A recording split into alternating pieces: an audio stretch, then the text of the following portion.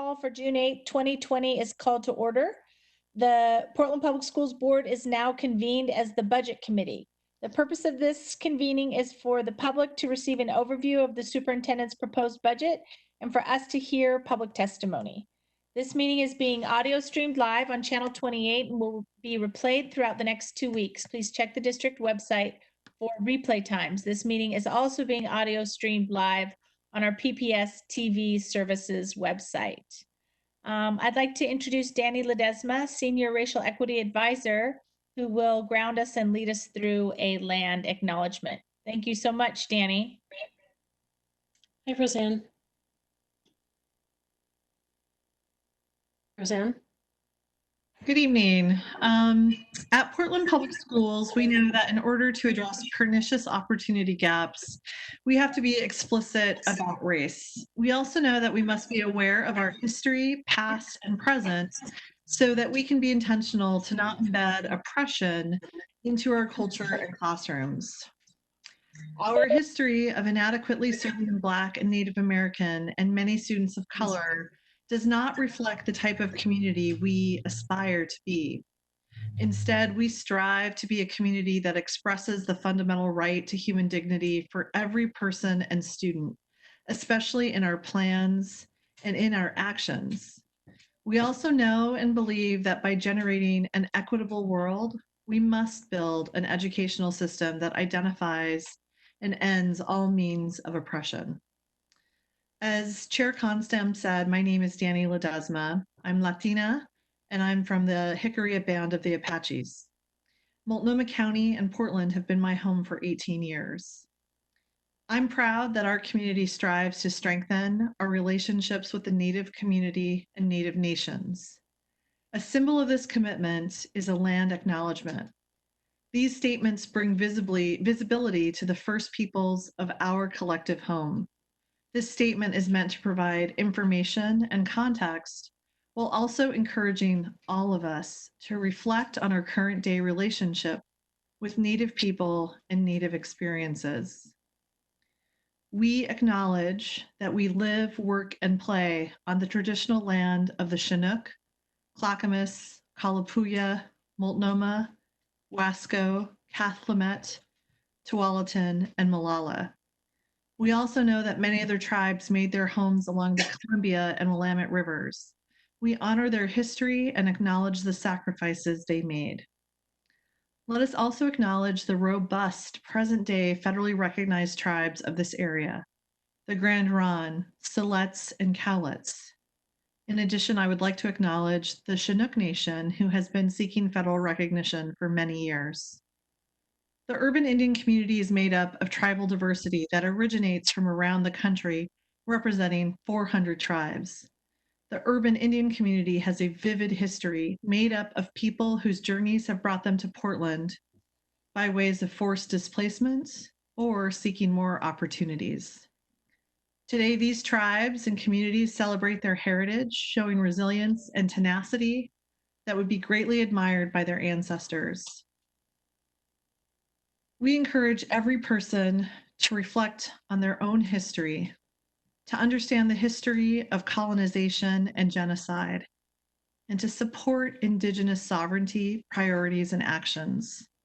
This acknowledgement is one step that we can take to improve our support of Indigenous communities in the area. I'd like to now introduce Claire Hertz, our Deputy Superintendent of Operations.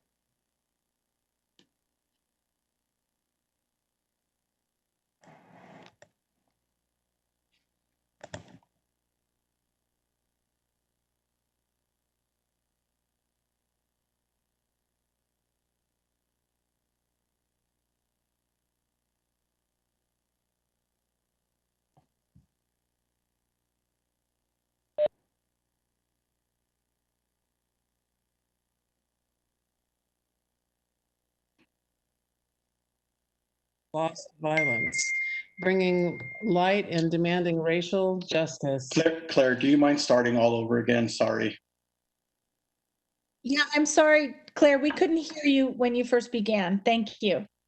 Okay, I'm wondering, because I am out in the We can hear you now.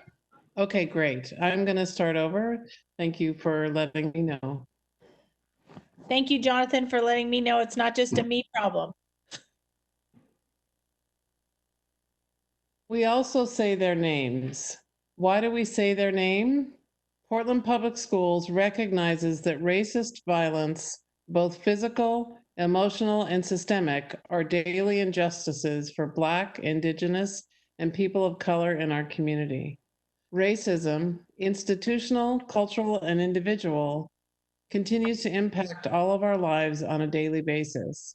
And as a result, we must constantly be reminded and say the names of victims lost to violence, bringing light and demanding racial justice today and every day. My name is Claire Hertz, and as Danny Ledesma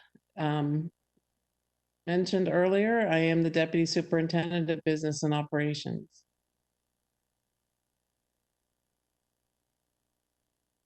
Thank you, Deputy Superintendent Hertz. And Dr. Cuellar, you'd like to introduce yourself?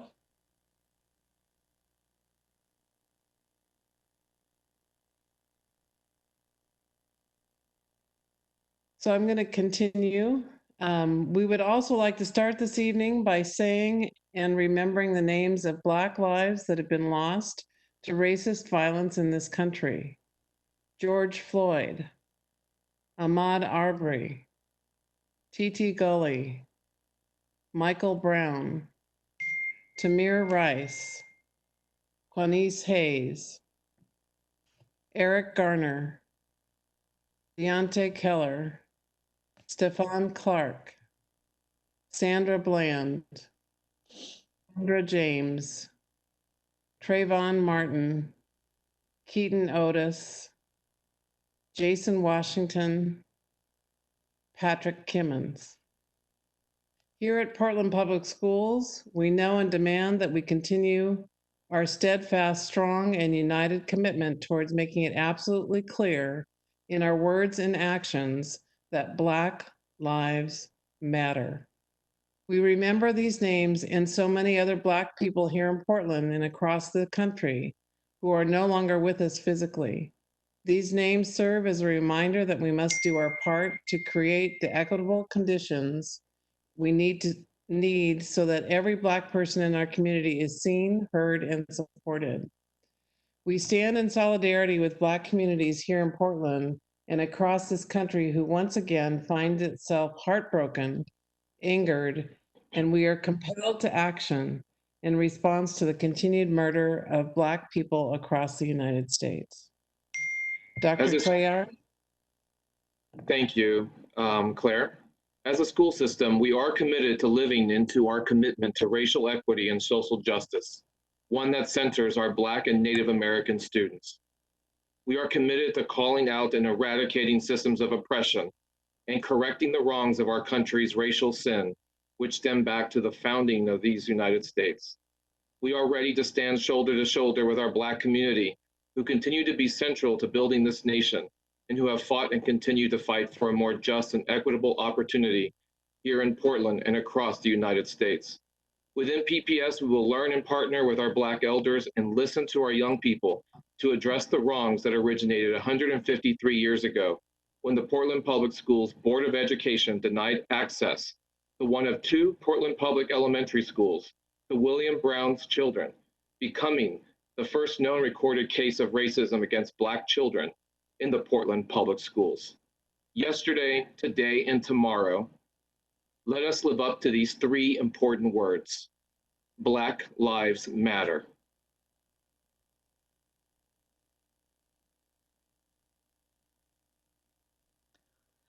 Thank you. Thank you, Deputy Superintendent Cuellar, Deputy Superintendent Hertz, and Ms. Ledesma. Thank you, Superintendent, for having such a committed focus for your entire leadership team on racial justice, and really grounding this budget proposal in serving our Black and brown kids and staying in alignment with our strategic priorities and our vision. Superintendent Guerrero, would you like to begin the discussion for the public by rolling out your budget proposal. Thank you, Chair Constam, and good evening, directors. Thank you, Danny, Claire, and Craig, for an appropriate reminder. This isn't just about submitting a fiscally solvent plan. It's about making sure it reflects our values. To our listening audience, thank you for staying engaged. I want to appreciate all of our stakeholders, educators, community members, students. This process didn't just start a few weeks ago. This has been, I would consider all the opportunities when we've had to listen to our community. Hopefully each budget cycle, our board is finding an increasingly more transparent, more detailed, more explicit plan that reflects the work that we need to do. In particular, I want to acknowledge and thank our racial equity community partners, students and parents for providing feedback to this proposed budget. Thank you. I also want to acknowledge this moment that we're living in. And from our sphere of influence, frankly, how can we do our part as educational leaders to address these racial inequities that continue to hold our nation down in our schools and not make sure that those equitable opportunities and outcomes are there. So I think I share the same motivation that so many of our educators do. So I think you can continue to count on us that this budget, just like all of our plans now and moving forward, continues to center the lived experiences of our students, that we do an increasingly better job of considering our proposals through a racial equity and social justice lens.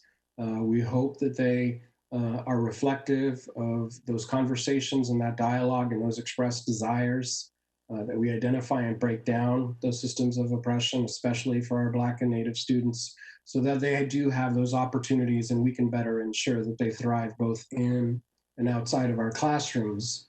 And there's no silver bullets in doing this work in public education.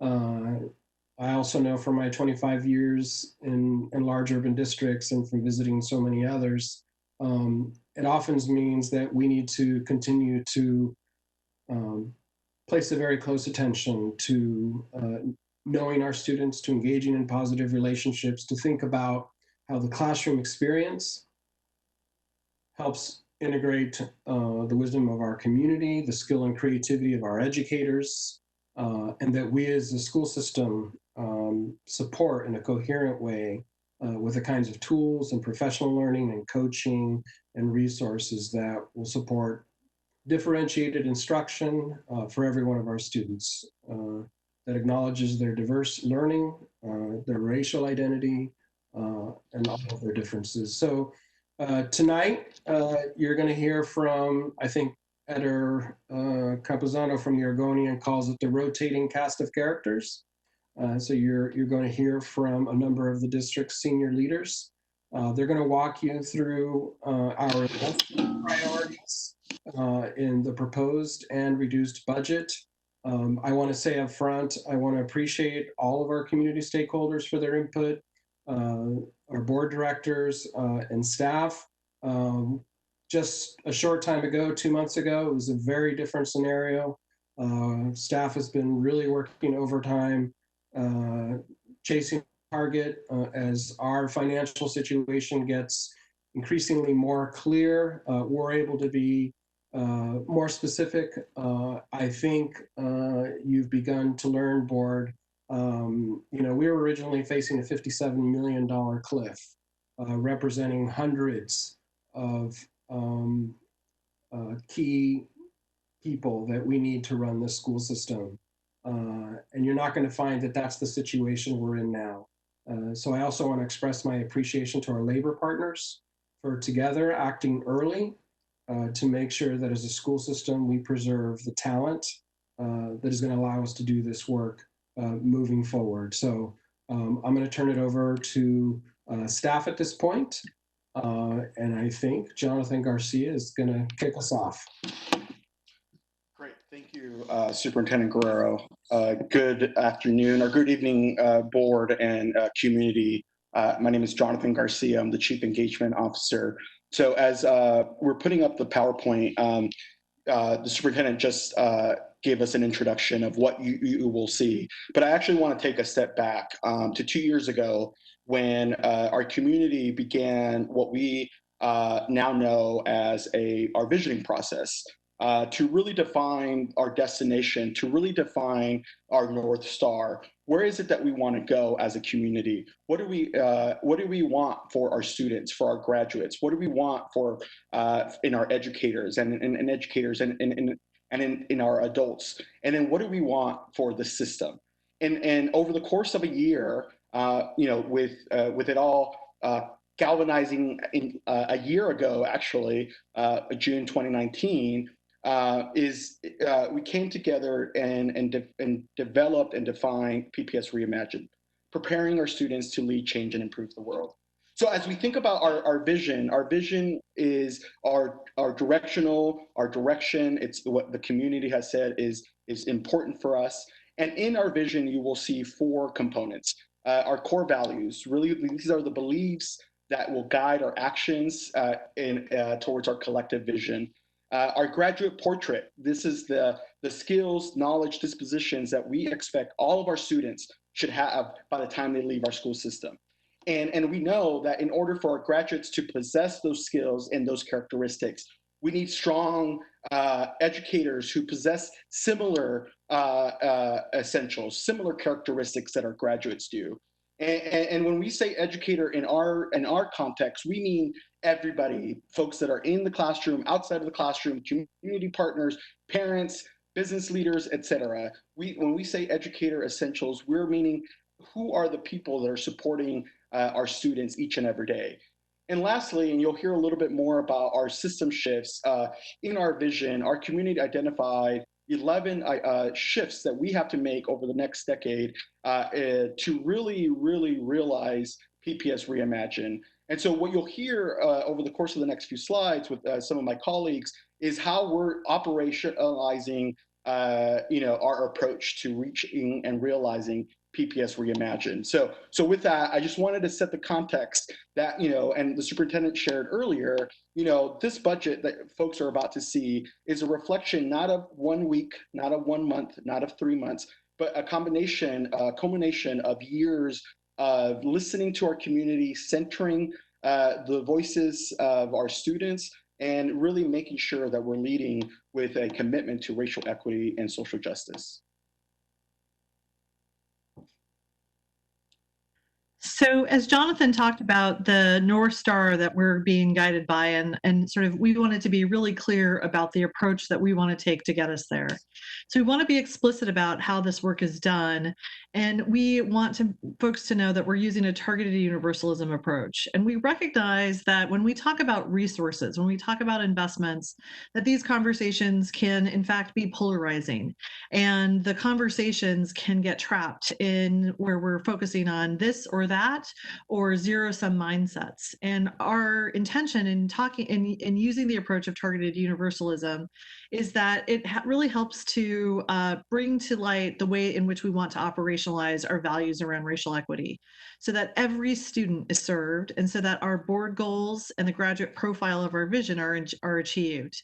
And so we believe that our targeted universalism approach supports the distinct needs of students of color, while also acknowledging that everyone in our system is mutually interdependent. And so what targeted universalism means is that we set universal goals that are pursued by targeted processes and targeted strategies to achieve those goals. So within a targeted universalism framework, universal goals are established for every group, for every student, but the strategies that are developed to achieve those goals are targeted, and they're based upon how different groups are situated within structures, culture, and across our district to obtain the universal goal. Targeted universalism is goal-oriented, and the processes are directed in service of that explicit universal goal. And it is in using that approach that we were able to think about how we can come to our theory of action. In order to advance towards the vision, we looked at our current state to develop this theory of action. We utilize this theory of action to provide focus and to center our decision making on the experiences of students of color. And be very clear that our theory of action explicitly calls out institutional and cultural racism that's embedded in our system and prompts us to take action that really disrupts and attends to the barriers that hinder us from reaching our goals. And our theory of action is one of the most clear expressions of targeted universalism.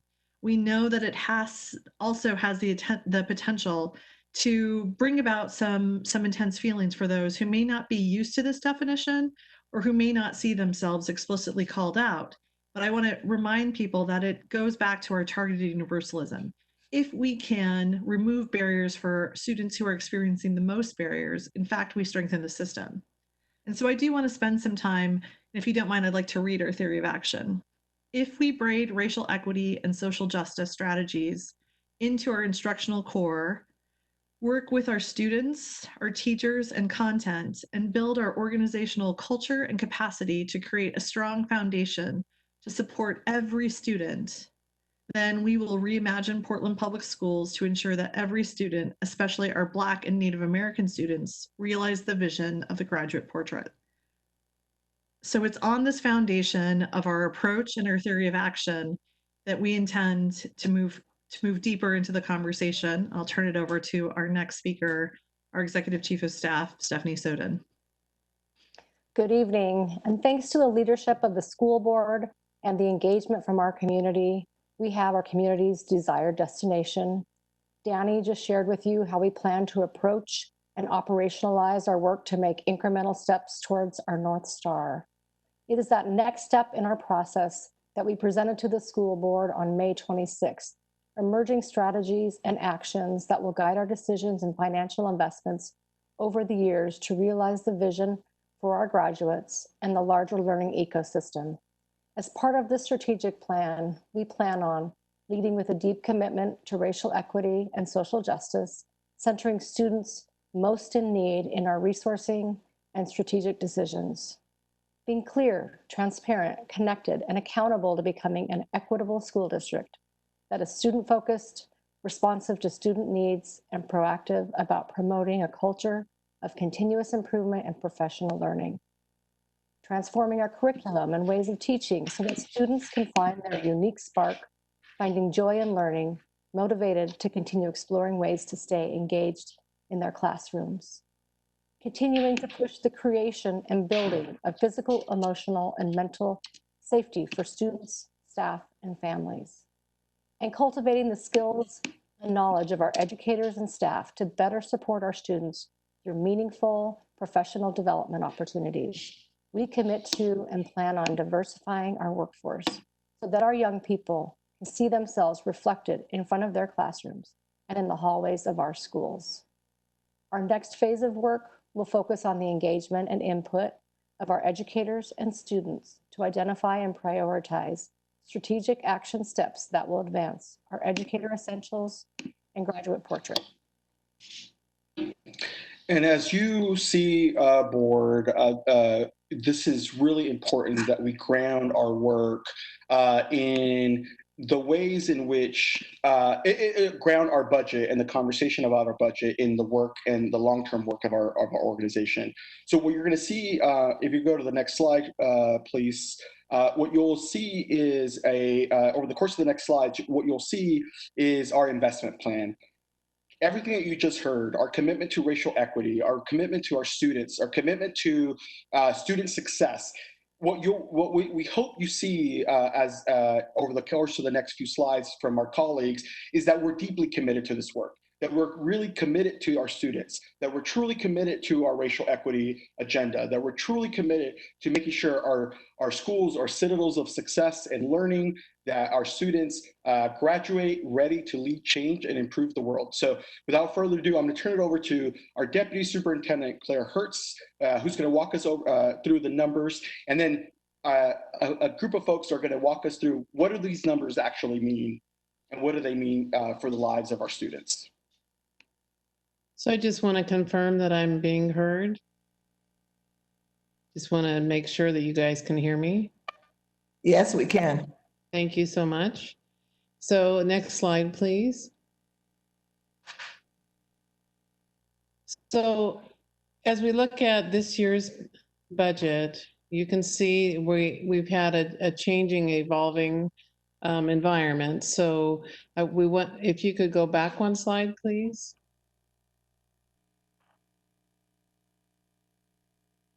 We've had a changing environment, so I'm trying to, thank you very much. We have current year in 1920, you can see that overall we have 760 million in resources for operating our schools. And so the largest component of that comes from our state school fund of 503 million. And then we've had our high school success funding from Measure 98 for 11. And then our voters have passed our local option levy for additional classroom teachers at 97 million. And then additional revenue coming from federal and state grants and many other rental of buildings and interest income, things like that, making that 760 million. So as we prepared for 2021, if you go to the second row in this chart, you'll see what we thought we were going to receive pre-COVID, pre-pandemic.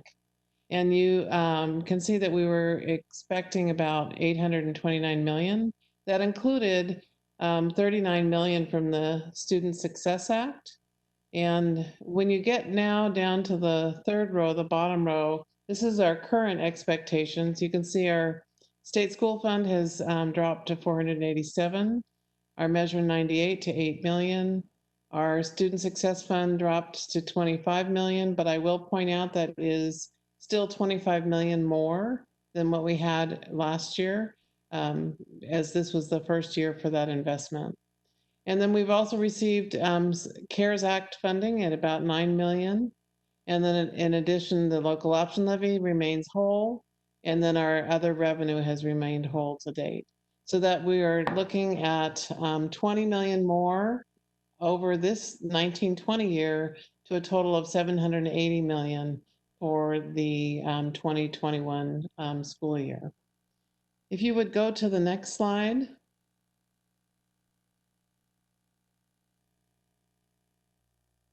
This is how we've reconciled our budget. You can see that we have lost from the economic forecasts due to the recession. We have lost $58 million overall. This is how we're going to offset those. We have a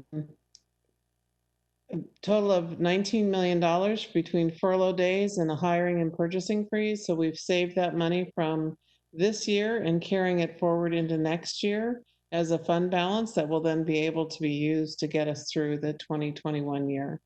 And then we've also received the 8.7 million in CARES Act that will help offset that. And then there are reductions that need to be made. We'll make a $12 million reduction out of our general fund. We have an original list of items that included the 39 million for the Student Success Act funding, SIA, and we are reducing that by 13.65 million, but still we still have coming an additional 25 million over last year, and then also reducing our high school success funds by 4 million. And at this point, I'm going to turn it over to Dr. Bird.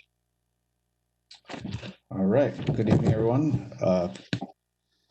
As Deputy Superintendent Hertz indicated, we do have some reduction from our expected funding, but all the news is not bad.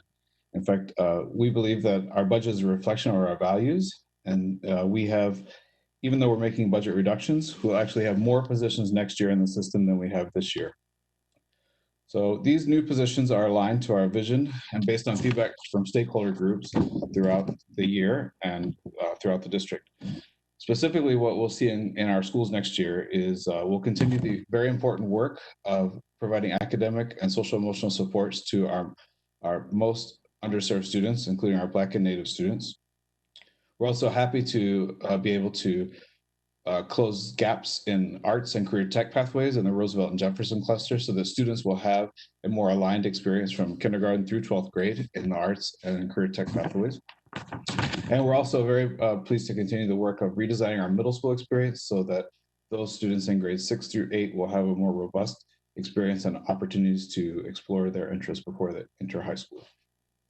Now I'll turn it over to Danny Ledesma. Thank you. So as Dr. Bird said, we are investing in our values, but it's not just our values. We're also investing in our belief and the ability and promise in every student. And it's this belief in our students that calls us to invest in really tangible, high leverage strategies that positively impact student success. So the investment plan for the next school year will be dedicated to continuing to implement key student-focused and student-led initiatives in several areas that we believe will accelerate the shifts that Stephanie mentioned to transform our curriculum and pedagogy, to build a culture of physical and emotional safety and a racial equity aligned and integrated system. So some highlights of those include that we're going to increase our funding for our partnerships with culturally specific organizations in research-based and effective racial equity social justice strategies. These include services such as family engagement, wraparound services, mentoring and leadership, extended day and enrichment activities, positive student identity development, and crisis response. And what's really key about these investments is that they're executed by culturally specific organizations that have staff that reflect the rich diversity of our student body. When we talk about mentoring, we're not just talking about an adult, we're talking an adult with the same lived experience, someone who is of the same race as the students that they're working with and who comes from the community and understands that experience and can really accelerate our strategies around student success in that way. We're also increasing funding and support for students of color to participate in leadership opportunities, such as participation in affinity groups and clubs and conferences, so that they can really realize their potential, be supported in their leadership development and in their cultural identity development, so that they have a positive and affirming experience at school, which studies show lead to increased academic success. And as you all know, we've heard from our communities, from parents, from teachers, from principals, our students are in need of supports. And so we really want to make sure that we are increasing access to social workers in schools. And so we're increasing our ratios there. We're also improving our counselor to student ratio in every PPS middle school.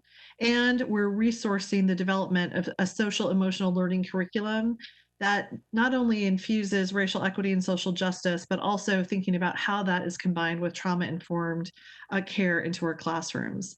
And so it's in these places where we're making a deep investment in our belief in students' ability to succeed with that support and those wraparound services that they need. So I'm going to turn it over to our next speaker, who is Dr. Keely Simpson.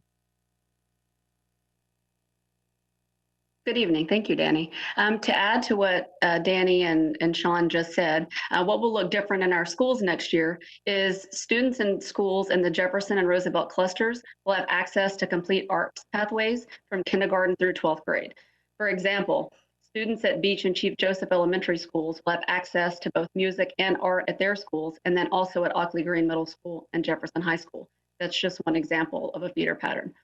Students in 4 of our middle schools, Tubman, Ockley Green, Beaumont, and George, will have access to more electives of their choice as we pilot a new schedule with 7 periods instead of 6.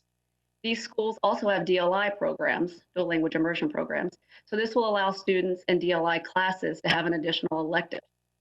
We will also be providing additional resources and curriculum development for climate justice, English as a second language, and health and physical education. In addition, there will be increased support for bilingual families, inclusionary practices for special education, and expanded access for early education.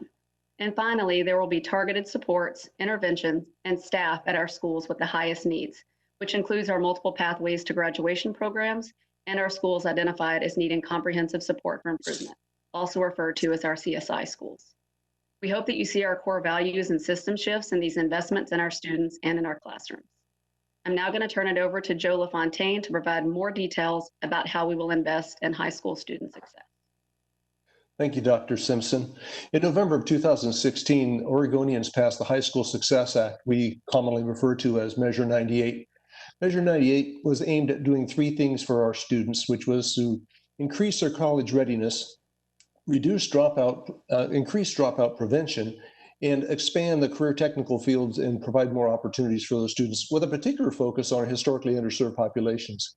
While our Measure 98 funds for this next upcoming year is a slight reduction, we are still able to actually target all of the work that we have been doing in our high schools and had success with. We have a high school strategic plan, a high school success plan, I'm sorry, that focuses on these things before you now. We will continue to implement culturally sustaining pedagogy and curriculum, as well as foster healthy, equitable school climate and culture through MTSS measures. This is work that's being done across all of our high schools and our MPG sites. We will also continue to enhance CTE quality and integrate with core academics, even expanding some programs in light of the cuts. And every student for post-secondary success is something we take very seriously, and creating pathways for all of our students to have opportunities to take advanced coursework. Our high schools, with a slight reduction, will still be able to support all of our goals that we have in our high school success plan for the next coming year. I'll now turn it over to Deputy Superintendent Dr. Craig Cuellar.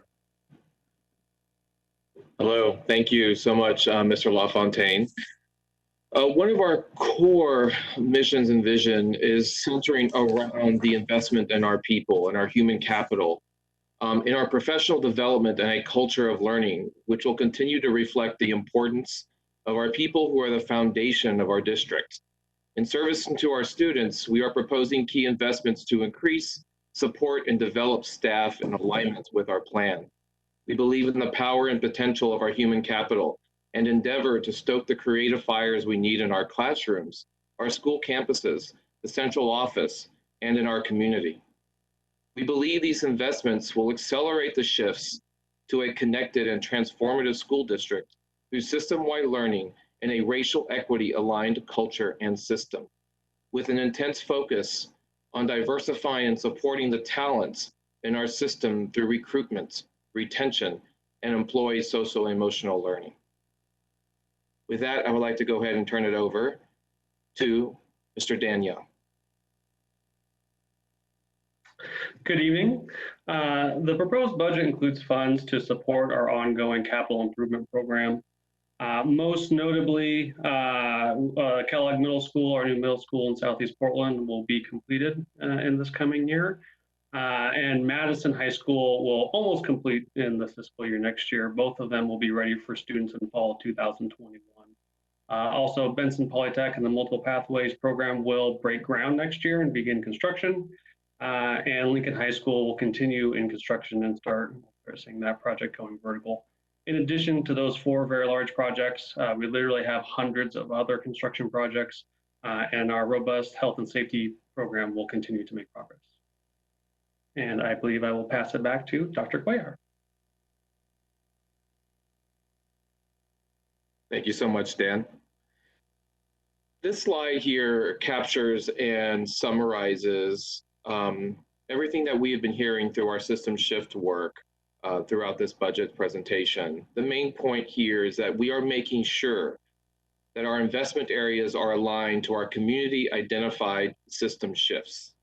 And here, this slide clearly articulates in terms of all of the areas that we are looking at ensuring that we are meeting the marker and need for all of our students and staff and community around student success, our human capital, and our safety modernization across all of our 5 system shifts. And with that, I'd like to go ahead and turn it over to Ms. Ledesma. So as Deputy Superintendent Hertz reminded us, we do have an anticipated shortfall given all that's happening. And so we will need to make reductions we needed to make reductions in order to balance our budget. And I want to take us back to our approach of targeted universalism and the way that we try to prioritize our spending plan so that it's aligned to the tangible steps that we outlined in our system shifts and in our beliefs and our values about our students. So we wanted to make sure that our reductions were made to areas of staffing and materials outside of the focus and priorities outlined in our emerging strategic plan. And so it meant that while we prioritize investments that directly supported students, we didn't offer across the board reductions. Instead, we used an equitable approach that did not overly burden nor benefit single student groups, schools, and departments. It also means that despite the magnitude of reductions, we understand that we need to preserve sufficient centralized office capacity to achieve our goals and the system shifts and the support for school communities to be able to maintain the strength of our organization. And so as you look at this slide, you'll see that we made cuts we propose reductions not only to school staffing, where there's $5 million in reductions that are proposed that impact vice principals, classroom teachers, and elementary PE teachers. But we're also proposing reductions to central services. And you'll see that those central service reductions are more than what we're proposing to schools. And those impact in the Office of the Superintendent, our business and finance and operations, our instructional and school communities, legal and risk management, and external relations. This is never an easy task when we look at our reductions, but we wanted to be transparent about our approach. And we wanted to make sure that folks knew that while we would love to be able to approach a budget where we weren't looking at reductions, the reductions that we did take were just outside of what we really want to focus in on. And it's never fun to be part of those reductions, but we recognize that if we're going to center our aspirations and if we're going to center our improvement work at the district around the lived experience of our Black and Native students, we cannot ignore what our community, what our students, what our families, and our teachers and principals have talked about in terms of a need for targeted supports, a need for us to really prioritize at school communities where students are really needing the most targeted and directed interventions. So I'm going to turn it over to our Chief of Student Services and Support, Brenda Martinick. Thank you, Danny. Good evening. I wanted to talk to you a little bit about the fall reentry work and how we're going to reopen schools. As we wait for guidance from the Oregon Department of Education, we're really leaning into the work and making sure that our students, especially those in our community that have been most impacted by school closures, are supported. We therefore have been making budgetary decisions based on those needs. We have established a multi-district work group with 4 other large districts in the state of Oregon to share and focus our fall reentry planning. Our Emergency Operations Center has been working since March 3rd in order to ensure the safety and well-being of our students and staff in light of our new pandemic reality. We are now in the planning phase for our fall reentry and what that will look like. In order to do that, we must work cross-departmentally with the instructional core at the heart of all of our decisions, especially for our most marginalized students and those students who are struggling with mental health and the increased anxiety that we hear about in the media and with students and families. In a few weeks, we'll be asking for feedback from you through a variety of surveys so that we can hear from students, staff, and families in regards to their experience, what has worked, what hasn't worked, your ideas, your concerns, and your hopes for next fall. While we're planning for the future, we must also be grounded in our current reality. This means we're continuing to provide meals at our meal sites, and we'll have limited summer programming. We have online resources for our racial equity and social justice work, our mental health supports, food, housing, and additional supports for specific needs. We want you to know that we are very busy working to ensure that our fall reentry will be planned with safety for our students and staff, which will be at the heart of our plans. That the racial equity and social justice work is at the forefront of all of our work and all of our thoughts into planning for this. And that we'll continue to prioritize instruction as the foundation of our educational system while braiding in social, emotional, and trauma-informed supports. So with that, I am going to turn over the time to Esther, one of our regional superintendents. Good evening. We have more in common, and there's also a whole lot of strength in diversity.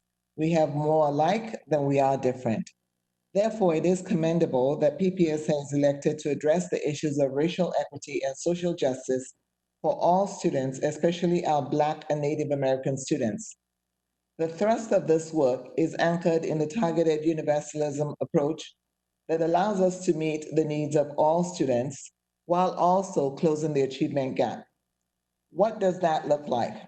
Said a different way, it is just great instruction. Great instruction is steeped in our ability to interpret standards and determine what supports are expected for students to learn and be able to do by the end of each grade level. We must have the ability to assess the skills and backgrounds our students bring to the classroom so we can backwards map and with intention of closing the opportunity gap, the achievement gap, and the equity gap, even as we accelerate learning for all students. We must plan and deliver standards-based lessons that provide us the opportunity to integrate student cultural needs and their background experiences so that every child does see themselves as belonging in the classroom. It will require that our teachers and our site administrators know their content and their resources, their students and their assessments, and that they're able to translate that and produce students who are savvy and able to move forward with the experiences that they have at our schools. This will lead us to having, this will allow us to have a transformative curriculum. It will enable us cultivate a system-wide learning approach. It will also create a process of culture a culture of physical and emotional safety for all students. And it will ultimately lead us in strengthening the diversity within our midst and creating an atmosphere of respect for all. Additionally, our desire of having everybody be attain certain educational skills and educational essentials and graduate portrait will be met in the process of accomplishing and implementing all these standards. With that said, I will hand over the slide to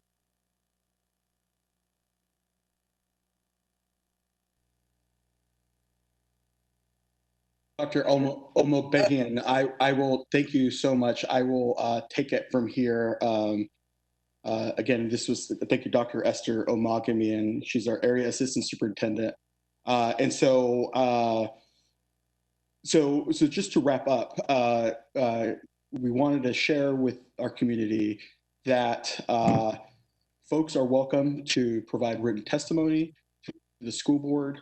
You can do so by sending an email to budget2021@pps.net. The board is taking action to approve the superintendent's proposed budget on Thursday. They will move forward to adopting a board budget on June 23rd. As Deputy Superintendent Claire Hertz mentioned, we will continue to monitor changes at the state level that will impact our budget for 2020-2021. And so with that, Chair Constam, we can turn it back over to the school board.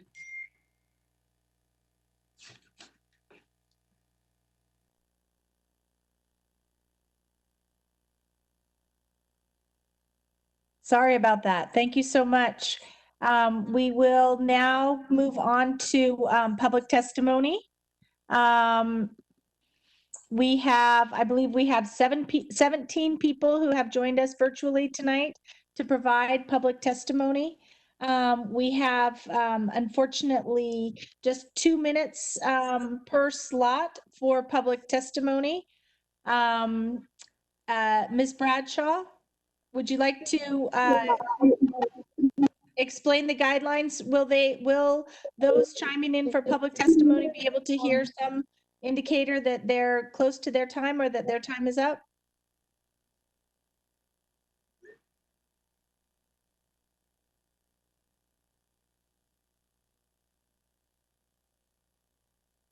Sorry, I thought I muted myself. Yes, there will be a timer and there will be a sound from the timer when the time's up. Okay, can you please let us know who is joining us first to provide public testimony? Yes, we have Janae Green. Welcome. Welcome to all of you. Welcome, Ms. Green. Thank you very much. Hi, my name is Janae Green. I'm a junior at Jefferson High School Middle College for Students for Advanced Studies. I'm here to talk about the importance of retaining Black staff members at Jefferson in every school in PPS, regardless of budget cuts. As a young Black woman, I value the experience and perspective that Black staff members bring. I know that all staff members want to see me succeed, but hearing a Black staff member say that they care, I know that they mean it.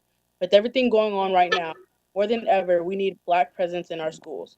Black staff help us process microaggressions and ways to navigate a system that is not made for us. With the recent passing of the Student Success Act, I thought they would be able to hire more Black staff members, but due to COVID-19, we are losing some of that. 2 Black staff members who have had a huge impact on my school experience were funded from the SSA, Ms. Brittany Warren and Ms. Holmes. Ms. Warren, our student success advocate, has been a huge support in my life since freshman year. She helped me find my place at my school. She has helped me advocate for myself with other staff members. She holds me to a high standard and makes sure I don't settle for anything less than I'm capable of. I know that when I'm going through stuff at school, I can always go to her office. Our relationship is built on trust and care. Ms. Holmes, our student attendance coach, has been a support system in providing me with the resources that I need at home. She has made sure that I had the tech supports like a hotspot and a Chromebook and that they function properly. When I was having an issue with the teacher, I knew I could speak freely to Ms. Holmes and feel safe. Both of those women provide experience, perspective, and support that I can never get from a white staff member. Without them, I honestly don't know how I or other Black students will succeed in this school system that was not created for us. Thank you so much for taking the time. Thank you for your testimony. Thank you, Ms. Green. We have Melinda Gale. Welcome, Ms. Gale. Thank you. My name is Melinda Gale. I'm a parent of a senior who's graduating this year on a modified diploma and also a rising junior. I'm also a teacher. I signed up tonight really just to remind you of the reality that I can see you're hard at work at and already know. Our budget really needs to prioritize direct student supports at every turn. We know strong interpersonal connections between students, educators, and counselors, those MTSS strategies that you mentioned earlier, are central to learning and even more indispensable given the current political health crisis. Distance learning classes can feel hollow. They can feel depleting at times. I feel like there's a river gorge between me and the students I'm reaching out to. I can still connect with them, but small class sizes are essential because the screen amplifies the distance between us. I notice the difference when class size is 30 instead of 20, the cameras shut off, students disengage, they feel unheard. If we believe class size can flex because we're online, we're going to be sacrificing those interpersonal connections, and really connecting with our young people by phone or meet can take 4 to 5 times longer than it would if I was with them in person in my class. Empirically, I'm seeing freshmen at our school poised to end the year with incompletes, and those students receiving special education services and our historically underserved students are considerably overrepresented in that group. I hope that you'll see this as a time to prioritize those direct student contact roles, and I know you're doing everything you can to maintain those positions. I think that district priorities around GVC or system-wide program supports, regardless of how important they really are, need to hit a pause while we elevate the need to directly hold our young people close. Every dollar that you can put into direct student contact roles is needed right now, and everything else to me can wait until we have more stability. I know you're making hard decisions. Thank you for all the work you're doing on behalf of our young people. Thank you so much, Ms. Gale. And the screen amplifies the distance between us may be one of the truer statements of 2020. Thank you so much. And we have Ellie McFleur Baker.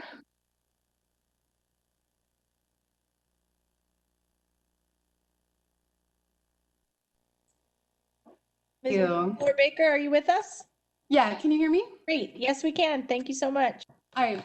Thank you. I'd like to start by thanking Director DePass for questioning in the last budget decision the district's definition of safety and for emphasizing that communities of color have a different definition of what feels safe.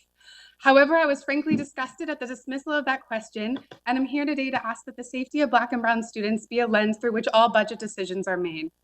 Students, families, and communities have told us for generations that one key to safer schools is having educators of color. We know that the world is not safe for our students. When I see a budget proposal that's increasing funding for assessment and testing in the middle of a global pandemic and a national emergency in response to continued police murder, I can't help but be disappointed and feel skeptical of your commitment to equity.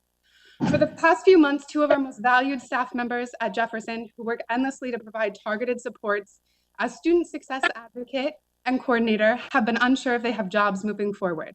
This happens every year.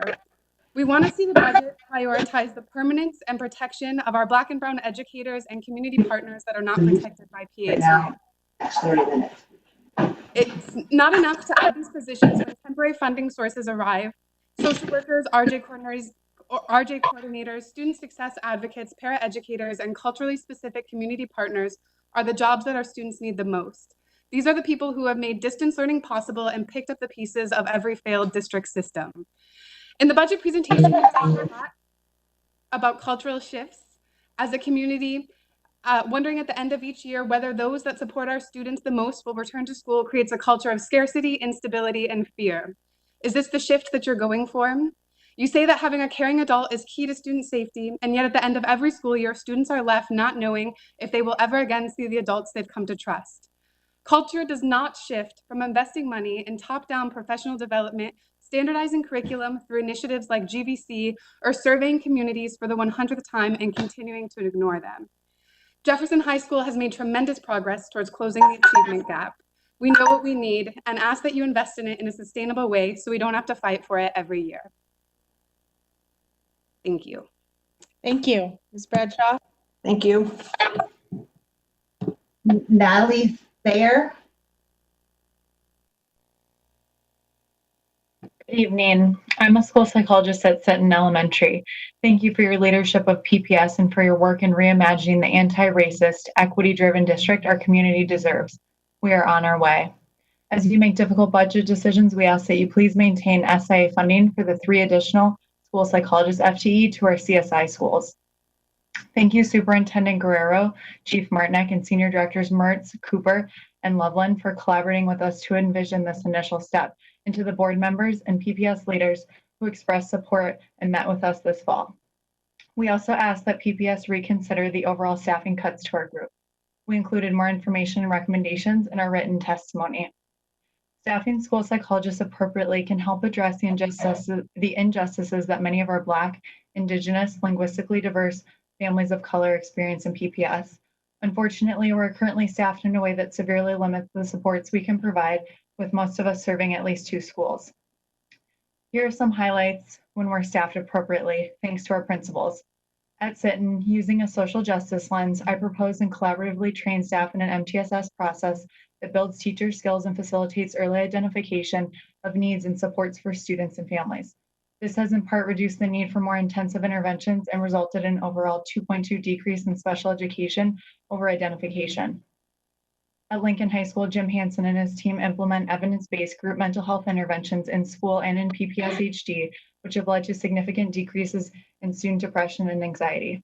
Jim and his team also deliver school-wide anti-bullying and suicide prevention instruction that has essentially eliminated student death by suicide. We are a key complement to school counselors and social workers. Our training in the areas of MTSS, core academics, social emotional wellness, consultation, data-informed decision-making, and mental health is among the broadest and deepest of professionals in our schools, and we are a woefully underutilized asset in PPS. Now more than ever, our school communities need us. We want to attract, hire, and retain many more school psychologists who identify as people of color, and we believe staffing appropriately is a step to accomplish this. Thank you very much for your kind attention, and we look forward to receiving your decision and guidance regarding these issues. Thank you so much. Next we have Lily Cook. Hello, thank you. My name is Lily. I'm the parent of a PPS student, and I want to say I've been so impressed with the way that PPS has been working to remove the barriers of education that's addressed with PPS Reimagined. It makes me proud that PPS has been able to provide meals and computers to students and families who need them. And I'm so grateful we have a board who advocates for marginalized students. I feel there's another group of vulnerable students who also need advocacy and support, and those are our students with special needs. For my son, the support he's received from special education services has made a huge difference for him academically. He thrived when he had a team, including a paraeducator, to provide direct support to him. But since we've moved to the virtual format, he hasn't received any services at all other than a single session of speech therapy. And he's fallen far behind. So like many kids with disabilities, he needs significant adult support to succeed. He needs that team and that paraeducator. And I am just one person. And I and many parents of children with special needs, we kind of feel abandoned by our school system right now, especially since the schools have closed. Yeah, sorry, he's in that car with me. I understand that budgets are tight and probably about to get even tighter, but the school system has a mandate to accommodate children with special needs, to provide them with the resources that they need to stay integrated in the mainstream classroom. And currently we are failing those students, but you guys have the power to do something about that. These are very vulnerable students, and most of them have not received an education since the school closed. And they will fall even further behind if there are cuts to special education. They're going to have to work very hard in the coming years to get back on track. So I beg of you, please retain funding for special education supports, particularly paraeducators. Make it a priority to get students with special needs the support that they need. Thank you. Thank you, Ms. Cook. Thank you.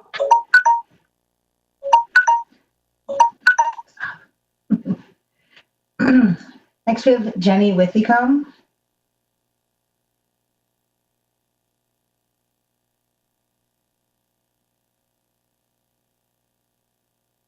What do you mean? Jenny, we can't hear you. You're on mute. Looks like she just unmuted. Jenny, we can't hear you.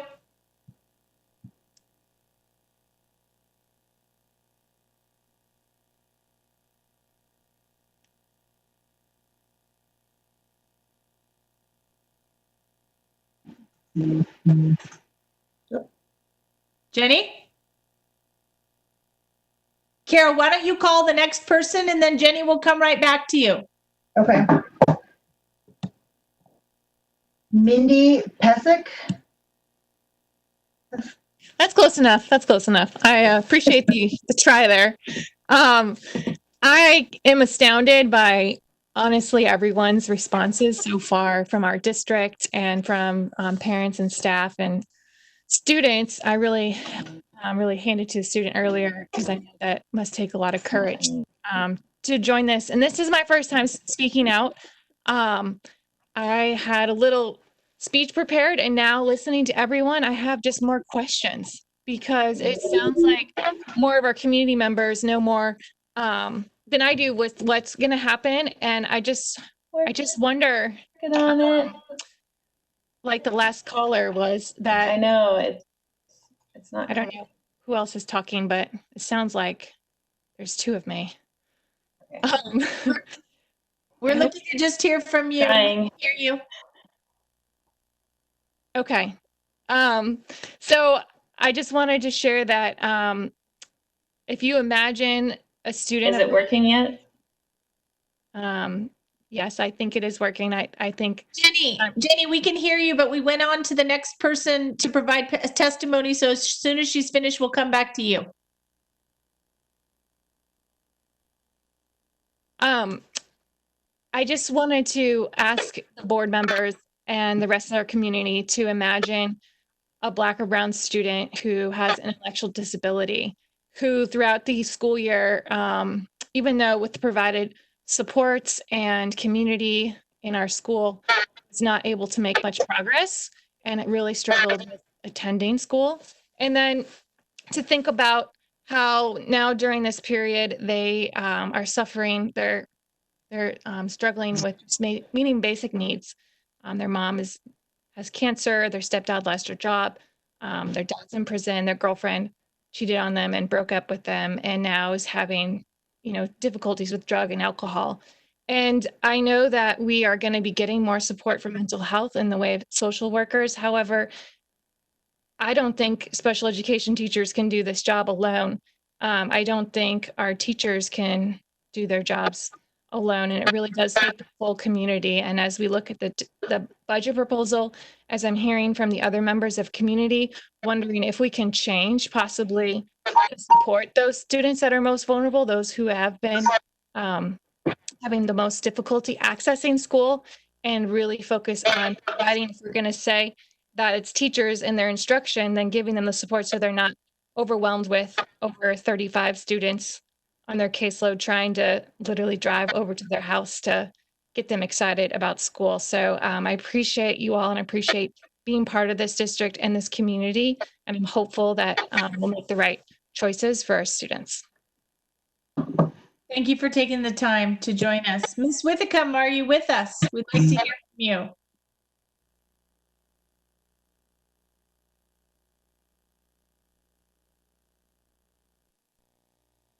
Jenny? Okay, Carol, let's try one more person and we'll keep trying to see if Jenny can join us. Can we go to the next person? Yes. Julia Stevens. Yes, hello, good evening.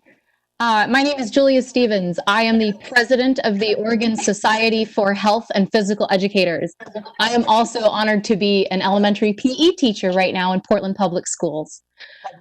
It is an understatement to say that this pandemic has caused educators to rethink how teaching and learning will occur when students and staff return to school.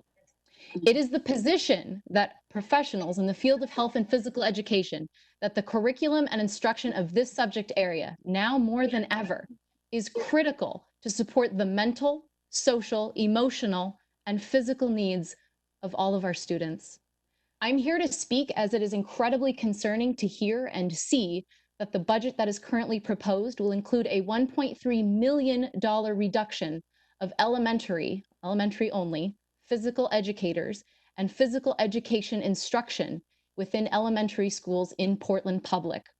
What is currently proposed on page 15 clearly overly burdens a specific department within our school district. Empowering students, especially at the elementary level, with the skills needed to make healthy choices for themselves, their families, and communities is going to help us move forward and ensure that learning is going to continue, especially next year. Healthy students are students with strength of mind and body. Healthy students are students who are going to be able to learn. Again, I am the president of the Oregon Society for Health and Physical Educators, and we've really appreciated how PPS has been focusing on teaching and promoting important life-enhancing health education skills. As a PE teacher at the elementary level, I have always felt that PPS, especially the PE community, has always strived to teach students the necessary skills to maintain their physical, mental, and social emotional health. And thanks to this community and these leadership folks, our lessons and activities are helping families and communities stay healthy, especially during this time. I want to thank you for your time and your consideration. I really look forward to seeing what's going to be adopted for the next few years, and more importantly, how physical literacy is going to continue to be a part of Portland Public Schools' beliefs and values. Thank you so much. Thank you very much. Ms. Withicum, we'd love to hear from you. Okay, can you hear me now? We can, thank you. Okay. My name is Dr. Jenny Withicum. I'm the program administrator for health and physical education in Portland Public Schools. I am also the parent of a PPS middle schooler. I'm here to speak on behalf of the K-5 students who will have their physical education time reduced to 60 minutes a week when the Centers for Disease Control, American Heart Association, and Shape America recommend 60 minutes of physical activity per day, and Oregon state law requires 150 minutes per week beginning the 2020-2021 school year. While I realize difficult cuts must be made, I am afraid the burden of the budget deficit is falling overwhelmingly on physical education teachers.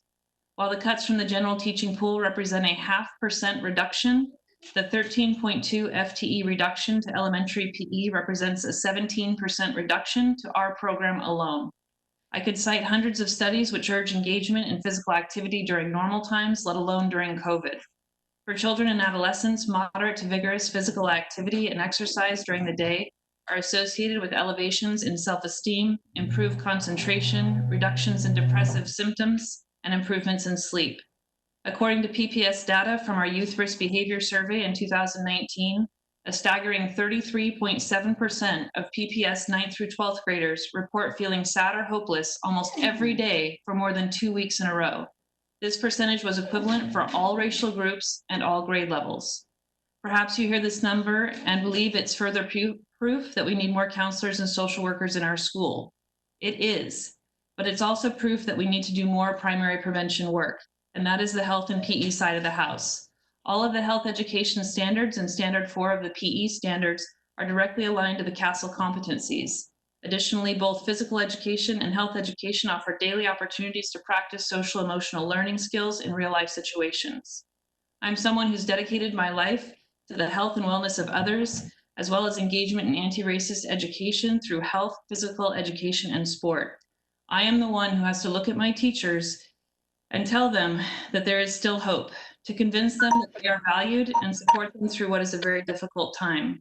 I can't go back to them without making this statement because I am responsible for them and to them, and I take this responsibility very seriously. Thank you. Thank you, Dr. Withicum. We have Tanisha Dawson. Hi, I'm here. Can everyone hear me? We can. Perfect. My name is Tanisha Dawson, and I'm here to speak on the behalf of the Step Up program and how important they are.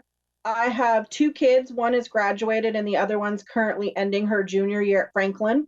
And they have both been part of the Step Up program with Will Fernandez and his staff. And they are crucial for our students, our Black and Brown students. And they are Black Lives Matter. They are there for those kids and those families to support them through everything, mental, social, emotional. They provide a community for those kids in the schools that they're in, a safe place for them to go. They advocate for them with their peers and their students. I have had Step Up members meet me for staff meetings that I was not comfortable to walk in if they were not by my side. And they sat next to me, advocated for me, made me feel comfortable, and made sure that my voice was heard on ears that otherwise it may not have been heard. This program is so important to the future of our kids and to kids graduating. And I hope that everyone understands and knows that the Step Up program is a crucial part of Portland Public Schools. And I would love to see it in every school for all students to experience, because what it offers is truly priceless. Thank you so much, Ms. Dawson. Thank you, Ms. Dawson. Next, we have Ben Hildner. Welcome. Hi, thank you for giving me the opportunity to speak. I looked at the budget today, and I want to say thank you for prioritizing CSI schools. I have been in Portland Public Schools for 10 years. I've had 9 different principals, and I've seen a lot of different situations. So first off, I want to say thank you, Guadalupe Guerrero, and the school board and district administration for making this happen, because I know this is not easy, but also as a school counselor, it means absolutely everything that we hold CSI schools harmless. As a bilingual school counselor, I want you to know that I will be able, with 2 school counselors at Scott, to run evidence-based groups consistently without being interrupted because teachers have sub shortages and principals have emergencies. I will be able to continue delivering culturally responsive and grade level and developmentally relevant SEL, social emotional lessons. I will be able to identify and address basic community needs, clothing, heat, rent support, and mental health and other health supports. I will be able to do better. And I want you to know that I am very, very, very grateful. My name is Ben Hildner. I'm the school counselor at Scott School, and I look very much forward to not being the only one. Thank you. Rosario Aureliano.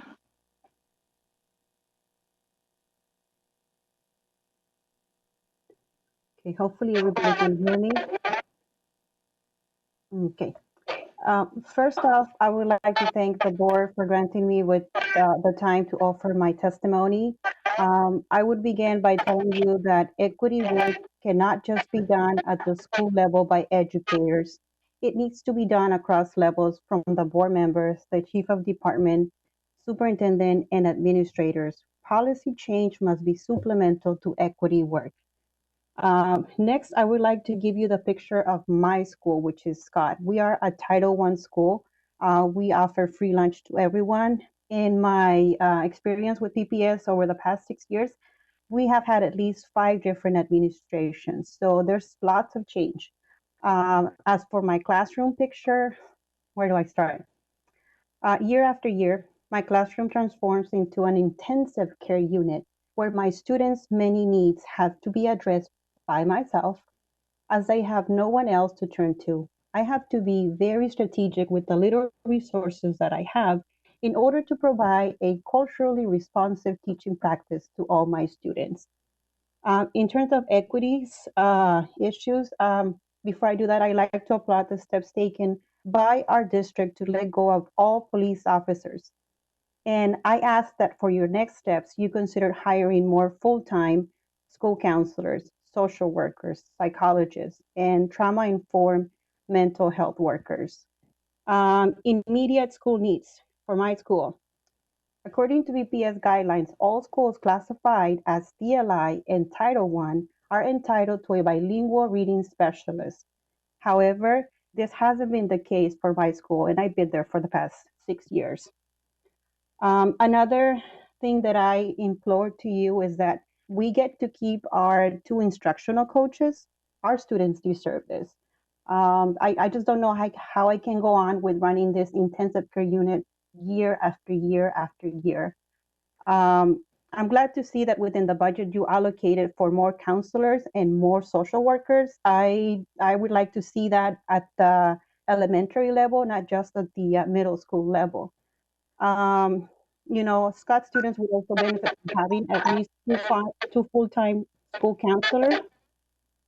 I can go on and on about the studies. Another thing that I would like to have is I would like for you guys to reconsider Courageous Conversations to be back in full mode. This was a program that was working, especially for teachers of color, so why get rid of it? In closing, before I do that, because I just looked at this budget, and I'm trying to look at it from an equity point of view, and I just saw that $5 million will be deducted from schools, compared to only $0.2 million from the superintendent's office. I like to know where the equity is in this. In closing, I would like to remind the board that our students cannot wait for this change to take effect. Please consider how your decision to not fund all these vital positions and/or programs will further add trauma to our historically underserved students, along with widening the achievement gap. Once again, equity work cannot just be done at the school level by us educators. It needs to be done across levels, from the board members to the chief of department to all the different superintendents that we have and administrators. Policy change must be supplemental to equity work. Thank you. Thank you. Thank you. Terry Johnson. Good evening, Superintendent Guerrero, Board of Education, and fellow administrators. My name is Terry Johnson, Executive Director for Open School Step Up. I appreciate each of you for providing an opportunity for me to make public comment this evening. Also appreciate each of you for the hard and thoughtful work you put into this very daunting task of budgeting in the midst of a pandemic. Our Step Up program serves approximately 300 students at Roosevelt, Madison, and Franklin. Our student services include tutoring, mentoring, counseling, and home visits. We also provide some alternative slots for some PPS students at our Open School East campus in East County as well. The reason I wanted to make comment tonight is to thank you all for staying focused on centering and prioritizing students of color in this budget. 70% of our students are students of color, and they are the population who have been most impacted by COVID school closures. Our students have lost family members to this virus, and their parents have lost jobs and housing. Our students have been faced with the very difficult task of trying to adjust to distance learning while seeing their families devastated by economic loss and the loss of loved ones. This is a time where we have to pull together as a community and pour additional resources into efforts to support our Black and Brown students to help them make up learning loss in reading and math. It's also imperative that we add social emotional supports so our students can have access to social workers and mental health professionals.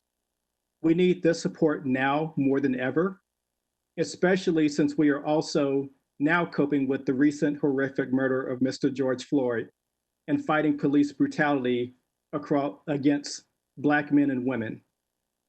Open School Step Up is in the trenches working with students and their families, and thank you, PPS, for reinforcing the work we're doing alongside our community partners like SCI, Latino Network, ERCO, and NAYA. Thank you so much for prioritizing our students of color and staying committed to closing learning and opportunity gaps for our most vulnerable students who will be future leaders when we give them the right supports. Your approach to building this budget and preparing for next school year shows you believe Black Lives Matter. Thank you. Thank you, Mr. Johnson.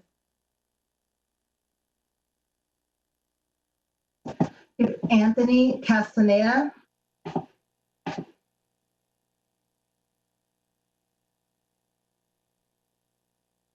Mr. Castaneda? I think I saw him on before. Mr. Castaneda, are you still here?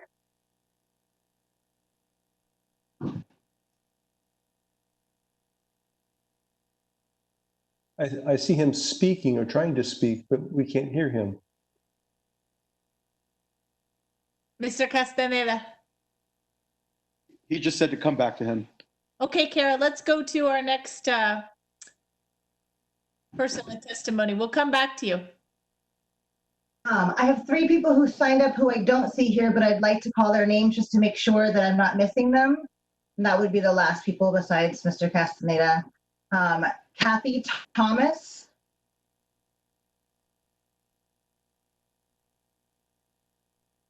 Rachel Gittner. And Belinda Regan.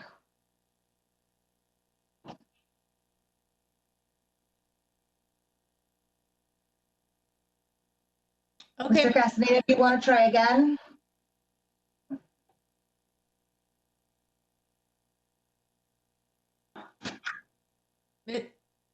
Okay, I think we can hear you, Mr. Castaneda. You can hear me now?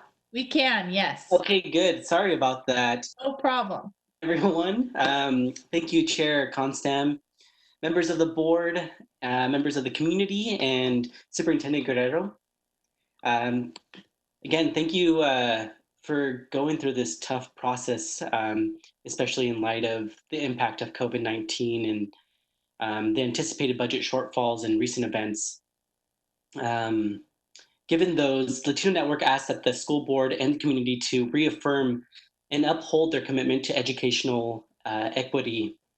We know that the system and the design of the system is inequitable and exclusive and often doesn't serve many students of color.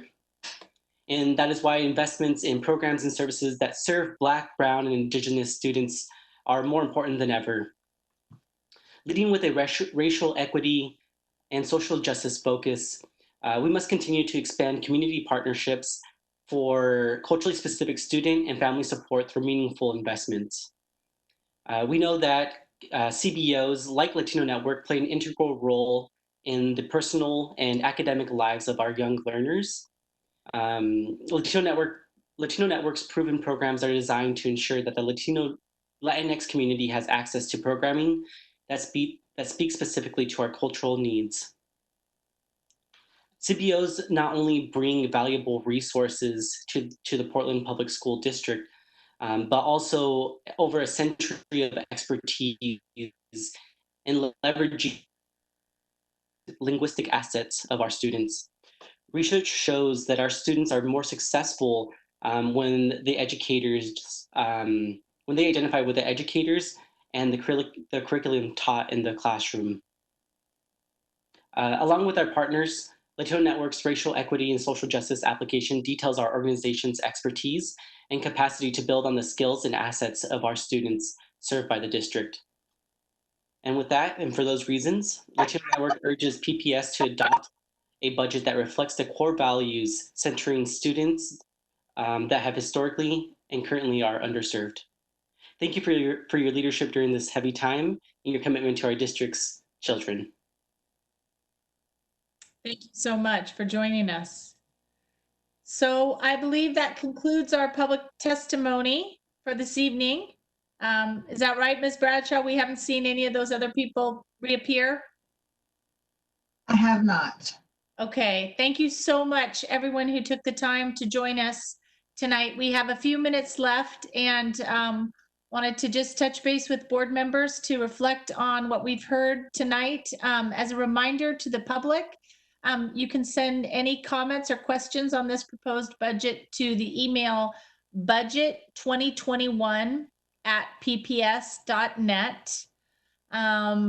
Board members, as you all know, we will be deliberating on Thursday. So I think everyone has been in the process of sending questions to staff, seeking clarification on different points of the budget. I'd like to just remind our board to please try to finish doing that by midday or so tomorrow, certainly by close of day tomorrow. And I think we'll just go around one by one and touch base with the board to reflect on what we've heard tonight. Director Bailey, would you like to start us off? Sure. Thanks, Chair Constam. Thanks, everybody, for sending and for testifying, which, as some people alluded to, is not easy for some folks. I appreciated hearing from a pretty broad cross-section of people. I appreciated pretty much, I heard unanimous support for an equity-focused budget, which is, I think, what we have. And I've heard this in other venues as well. Concern for when school does commence again, a number of our students have lost ground, and will we have the resources to help them catch up? Not only, among our historically underserved students, I heard again concern not only for students of color, but also in a partly overlapping group, students receiving special education services, which have been a real challenge to deliver over the last couple of months. I was glad to hear that recognition of additional resources, especially for our neediest schools, our CSI schools. And I'm sure we'll be talking about PE teachers. It's always tough making cuts, and that's a tough thing to cut, but it's all tough. I'll stop there. Thanks. Thank you, Director Bailey. Appreciate that. Belinda Reagan, I believe, has joined us now, so we'll pop back to her for your comments and testimony. Belinda, are you there? Yes, I apologize. I was tied up and realized, oh my goodness, I need to get on the meeting. We're happy to have you. Oh, thank you. I'm delighted to be here tonight. I'm very happy with the results of the budget as it affects our bargaining unit for the Portland Federation of School Professionals. We are often the ones who are, face the most cuts at the end of every year. And I know that there will be cuts, and I'm sad for anybody who is laid off or loses a job or has a position reduced. I'm also find it difficult I know it's difficult for schools and for departments, central offices to see cuts, but I have to be very honest that I'm also just very pleased that while there will be cuts to our bargaining unit, there won't be as severe or serious as they have been in the past when we've seen some years up to 200 people cut. So I want to thank Claire and her finance team for working so hard. We are a good bang for your buck, the classified folks. So we're delighted if we can continue to work in our roles to help support classrooms and to make certain that the kids are getting what they need in the schools.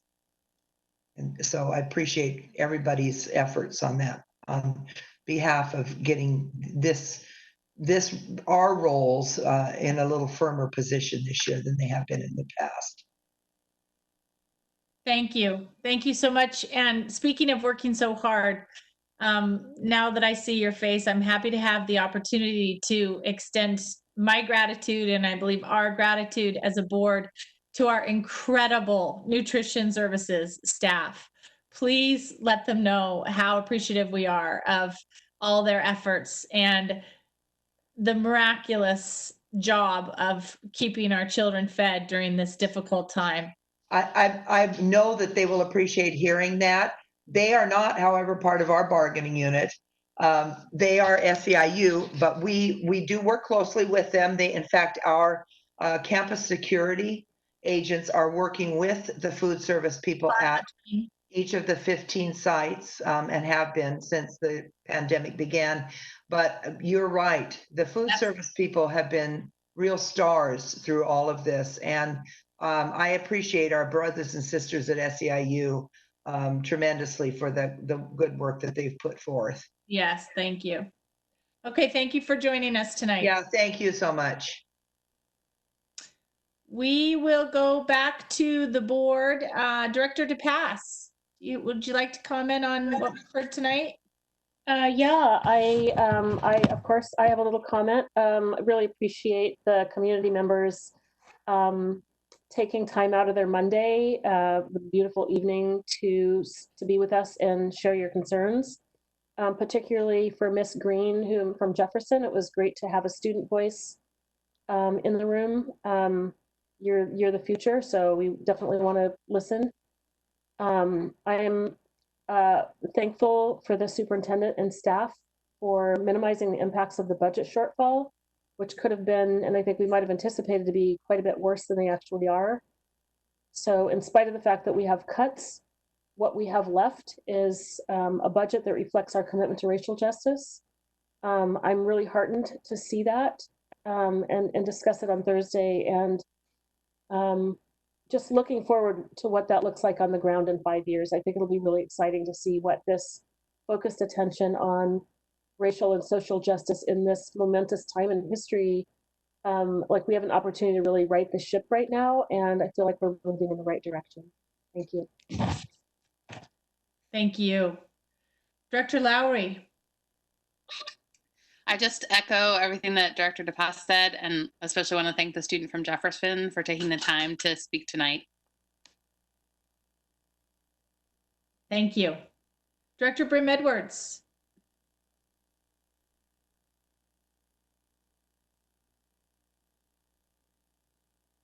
You're on mute.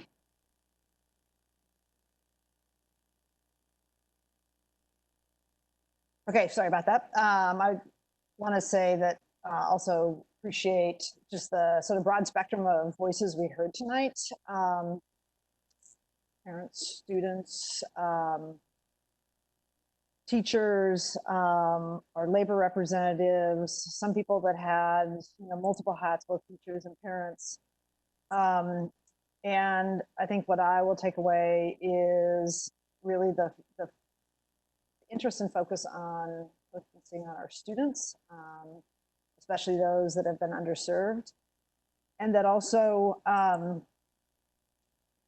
think one of the things that I'm thinking about in terms of sort of how we look at the budget, if we're going to be hiring more counselors, social workers, teachers in specific areas, that what I heard both tonight, but also in the focus groups over the weekend and the end of last week, was the importance of staff of color to our students. And it made me think about, if we have these new positions, how critically important it's going to be that we change the trend that we currently have in terms of the underrepresentation of people of color in critical staffing positions. So I'm hopeful that we hold that that value through the recruitment and retention of those staff, because I think it will make a huge difference. I hope the board is going to spend some more time thinking about, just as part of the budget process, about COVID and who has disproportionately lost. I think we heard a little bit of that tonight. And how we can work to accelerate student learning for those that have lost more disproportionately than others, that have lost critical supports. So I hope that in the summer and fall that's we focus our budget dollars on that. And then finally, I will say, I was really disappointed. I think, well, I was glad to hear the voices of two of our physical education teachers and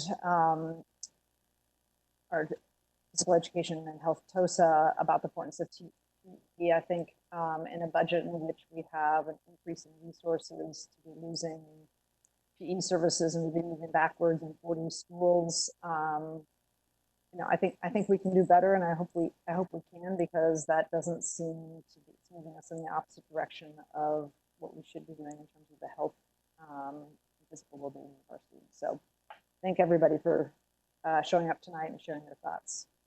Thank you. Director Scott, would you like to share any reflections on what we've heard tonight? Yeah, no, thanks for the opportunity. I'll sort of second a lot of the comments that we've heard from the board so far. I mean, in terms of what we heard, and thank the people who came out to testify tonight. I've done a lot of budget hearings in my time, but actually the people who testified are incredibly well knowledgeable about the issues and really well versed. And it's great to hear those perspectives. So I really appreciate it. I really heard Director Bailey, I think, sort of captured it when he led off. There's a real desire for us to continue our focus on racial equity, continue our focus on students of color, particularly Black and Brown and Indigenous students. That's something that the district has done, I believe, with its budget proposal, but to hear that from the community as well, and their desire for us to continue that is important, and I'm glad. I think this is a really interesting budget year. We were poised for a pretty large influx of resources that's not going to be as large anymore. But we are still seeing some, resources coming in, and we're having to make some cuts from what we thought we might have to see. And I appreciate what so far has been the balanced approach that I think we've taken with the budget proposal that's on the table. And I think that, like some of the people talked about, and some of our board members have talked about, there are some areas of concern, but overall, I really appreciate the very targeted focus of this budget and what it's achieving, and really trying to focus on student achievement and how do we move student achievement forward. And then finally, the focus on classroom supports and the desire of our community to continue seeing that, I think is really important as well. So I look forward to the discussion on Thursday. I know we've got a few more questions that we'll come around to and have some more conversation. I appreciate people coming out and testify. Chair Constant, can I have just a moment of personal privilege? Of course. I'm gonna, I think if I'm allowed, can people see that? So I wanted to share a picture of my nephew, Jameson Lamoureux, who graduated today from Wilson High School. He is a Wilson graduate. He got to pick up his diploma. Of course, I wasn't there. We got this great picture of him in the van with his family, and we got a video of him walking across the stage to get his diploma and wear his cap and gown. And in light of COVID, I mean, it's really challenging with our seniors and not getting some of that opportunity, but I really appreciate what the district did to give these kids as much of an experience as they can. And I'm just really proud of Jameson, and I was really looking forward to being at his graduation as a school board member, but I figure this is the next best thing I can do is during at least one of our meetings, embarrass him by throwing his picture up. He's going to Montana State in the fall, and just really, really proud of him. And I think, as most people know, but in case you don't, I'm a Wilson graduate almost 30 years ago. So, and I have a son who's a freshman at Wilson right now as well. So it was just an exciting day, and I really wanted to share that. And that moment. Thank you so much. And thank you to all of our teachers and all of our staff that have been working to make these crazy virtual graduations still special and important for our seniors. I know there's a lot going on behind the scenes to give our kids some sort of a graduation. So Director Scott, thank you so much for sharing that. All right, Director Moore, would you like to share some reflections?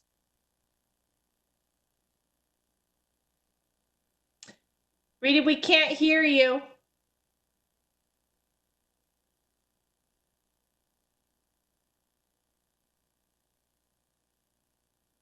Rita, we can't hear you. So you can tell board members, even after all our meetings, are still struggling with the mute button. No, I think it's more of a Wi-Fi situation. Rita, I will share some thoughts, and if you have a different way, if you have a way to switch your platform or something, we can see if we can come back to you. Otherwise, we'll look forward to hearing from you on Thursday. But again, I just wanted to say, I think it's pretty remarkable that given the pretty dramatic shift in resources that we anticipated for this budget process, we are making really strategic cuts that prioritize services in our classroom. To hear Mr. Hildner's testimony about how it will change the life of his students at Scott, to have another counselor in the building is pretty remarkable. So personally, I'm really gratified to hear about the deep investments in social emotional learning for our students, in school psychologists, counselors, and school social workers. We do, I look forward to having a robust discussion on Thursday night. I do have some questions about the proposed cuts to PE and looking at how we might lessen that impact, especially for our elementary school students.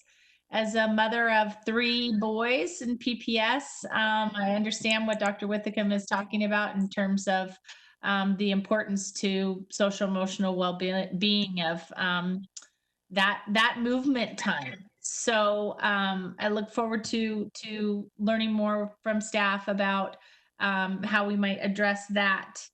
And again, it's just, I feel very lucky that we have such a clearly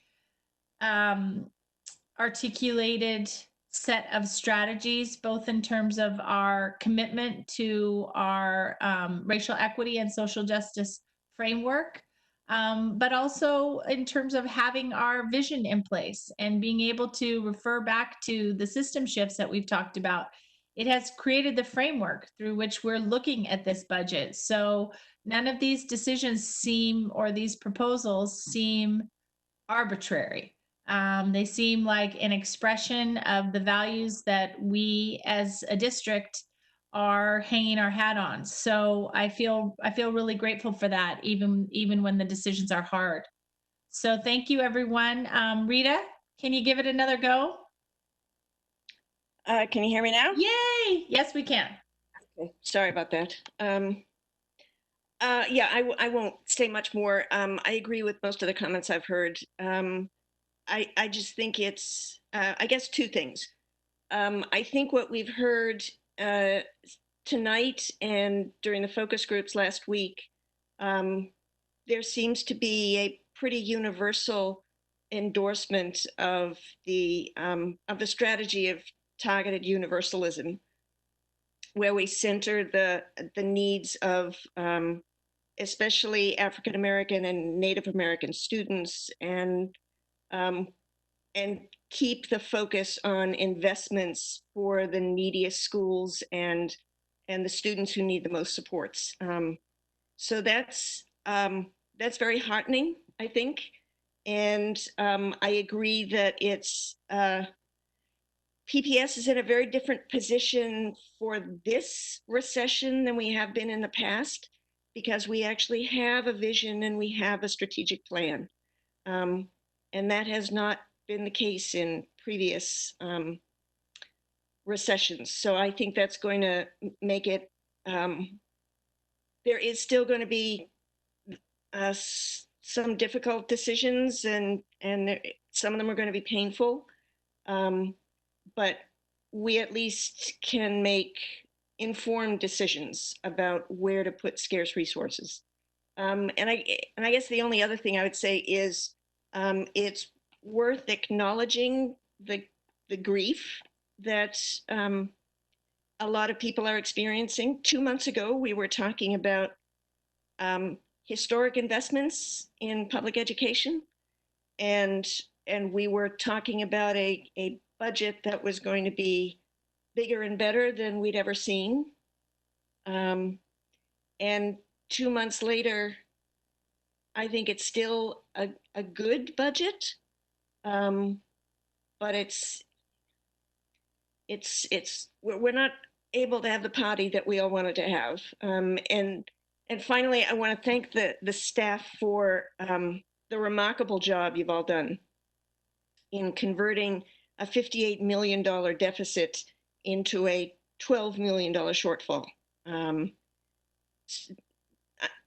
I'm enormously impressed. I suspect you're all going to need several days to catch up on sleep at the end of this, and I appreciate all your efforts. Thank you. Indeed, thank you. All right. Any further questions, board members? Please get them to staff at your earliest convenience, and we will reconvene this discussion on Thursday night. Thank you to everyone else who joined us tonight. So valuable to hear your insights and opinions. And this meeting of the Board of Education of Portland Public Schools is now adjourned. Take care, everybody. Thanks, everybody. Bye.